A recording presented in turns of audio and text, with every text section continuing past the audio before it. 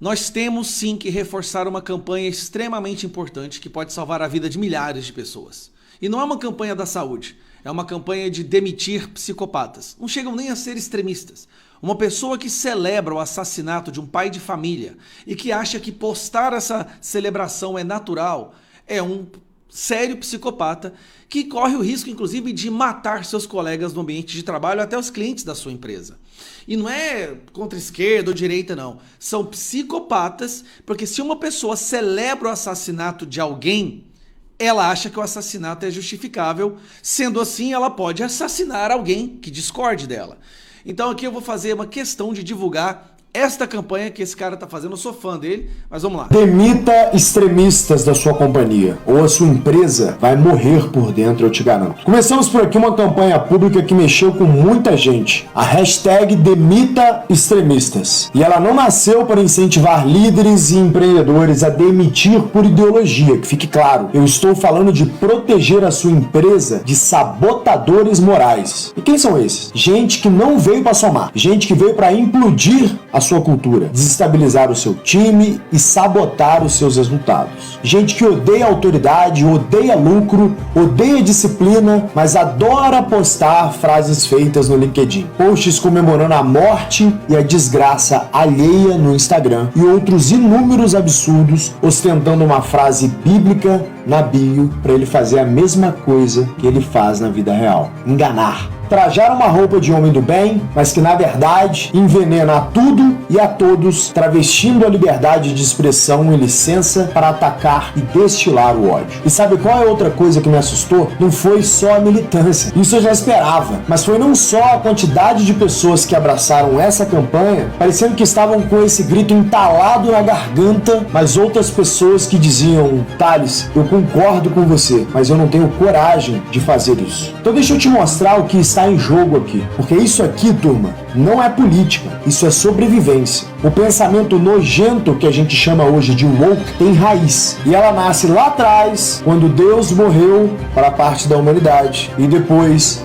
o Papa perdeu a autoridade quando Henrique VIII, para se casar com Ana Bolena, cria a Igreja Anglicana. Anos depois, a Revolução Francesa, quando derrubaram o rei, não pararam por aí, deram um passo a mais. Quiseram abolir também o empreendedor. Anos depois, acontece o quê? A Revolução Comunista. Então a gente não precisa mais de um chefe, não precisa mais de um empreendedor. O Estado vai comandar tudo. Anos depois, todo homem é um estuprador em potencial. A família não deveria existir. Eles querem destruir a família. Por que eles querem destruir a família? Porque a família é o maior antídoto contra o Estado. Uma família numerosa, com muitos filhos, com 6, 10 filhos, ela se organiza, ela não precisa do Estado. Por isso, o maior inimigo do comunismo é a família. Eles querem destruir a família. Essencialmente, a gente está falando de abolir Deus, a igreja, os costumes, a moral, a história e a hierarquia. O que eles querem é instaurar um mundo novo, igualitário, todo mundo igualmente pobre, fluido e sem forma. Igualitário até demais para reconhecer mérito. Livre demais para obedecer uma liderança, tolerante para aceitar a injustiça como normal, como fizeram agora, comemorando a morte de um pai de 2 crianças lindas, um ótimo marido, cristão e trabalhador, que cometeu o erro, o crime de debater ideias. E o resultado dessa insanidade aparece agora: massacre, caos, colapso institucional. Veja a França, um país que até hoje não reencontrou a sua espinha dorsal e que já foi uma grande potência. Agora me diz, o que você acha que acontece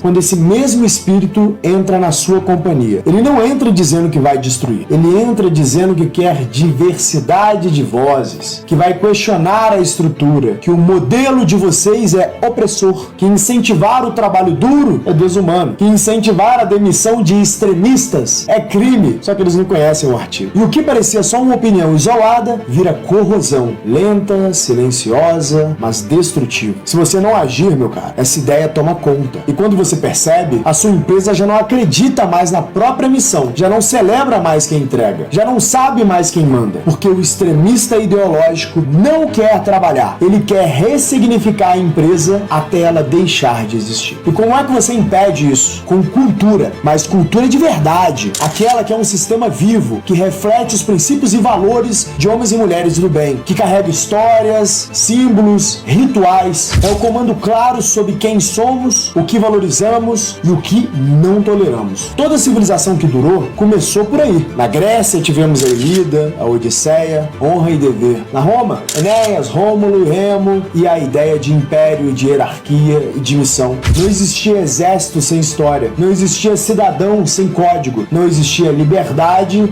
sem autoridade, como desse cara aqui, Júlio César. No G4, a gente entendeu isso cedo, lá atrás. A história da nossa fundação molda o nosso código. Tem símbolo, tem dia sagrado, tem máxima que todo mundo repete. Tem valores que não se negociam, nem por talento, nem por resultado. Em outras grandes companhias, a mesma coisa. Você entra lá sabendo quem foi o fundador, o que ele defende, como pensa. E você acha que essas empresas contratam militante contra o próprio negócio? É claro que não. Então escuta o que eu vou te dizer agora com toda clareza. Demitir um extremista não é um ato ideológico, é um ato de responsabilidade moral. É a única forma de proteger a sua cultura, a sua equipe e a sua missão e vou dizer, por fim, a sua nação. Se você não tem coragem de tirar quem odeia a sua autoridade, você não está liderando, você está alugando o crachá e você é um frouxo. Falta-te coragem. Compartilhe esse vídeo, envie para outros líderes e se posicione com a hashtag Demita Extremistas. Porque uma empresa que protege sabotador perde a autoridade. E uma vez que a autoridade cai, meu caro, a cultura morre. E quando a cultura morre, nada mais impede a corrosão da sua companhia. O teu negócio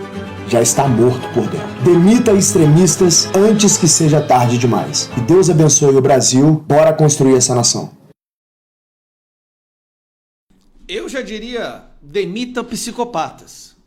O caso de celebrar a morte de outra pessoa, inclusive as ameaças que nós estamos vendo contra a vida de várias pessoas de direita no Brasil, não é extremista, isso é psicopatia. O extremo do extremo é se tornar um psicopata. Então, demita os psicopatas. Não coloque em risco a vida das pessoas de bem da sua empresa, tendo que conviver com um potencial assassino. Agora, o pior, aí você vai se chocar. Grande parte desses psicopatas estão nas salas de aula com os nossos filhos, nas escolas e nas faculdades. Acredite ou não. Grande parte dos psicopatas que celebram a morte de alguém por pensar diferente, uma pessoa que só chamava para o debate, uma pessoa que repetia diariamente, temos que conversar, porque se quando acaba a conversa vem a guerra, eles estão cuidando dos seus filhos nas salas de aula. Um abraço, pessoal. Agora, assim, sinceramente, a morte do Charlie Kirk abriu os olhos para o mundo de que a esquerda não é mais um posicionamento político. Ela se tornou uma possessão ideológica com pessoas completamente cheias de ódio no coração e que vivem dentro de uma bolha que elas acham que é normal. Ela acha que é normal ir na rede social e postar. Ainda bem que ele morreu, tem que matar. Porque se a pessoa posta isso, ela acha que essa é a opinião da maioria. Olha o nível de doutrinação que a pessoa tem que estar para achar que desejar a morte dos outros ou ameaçar de morte é normal. Estas pessoas não podem conviver com os outros colaboradores da sua empresa.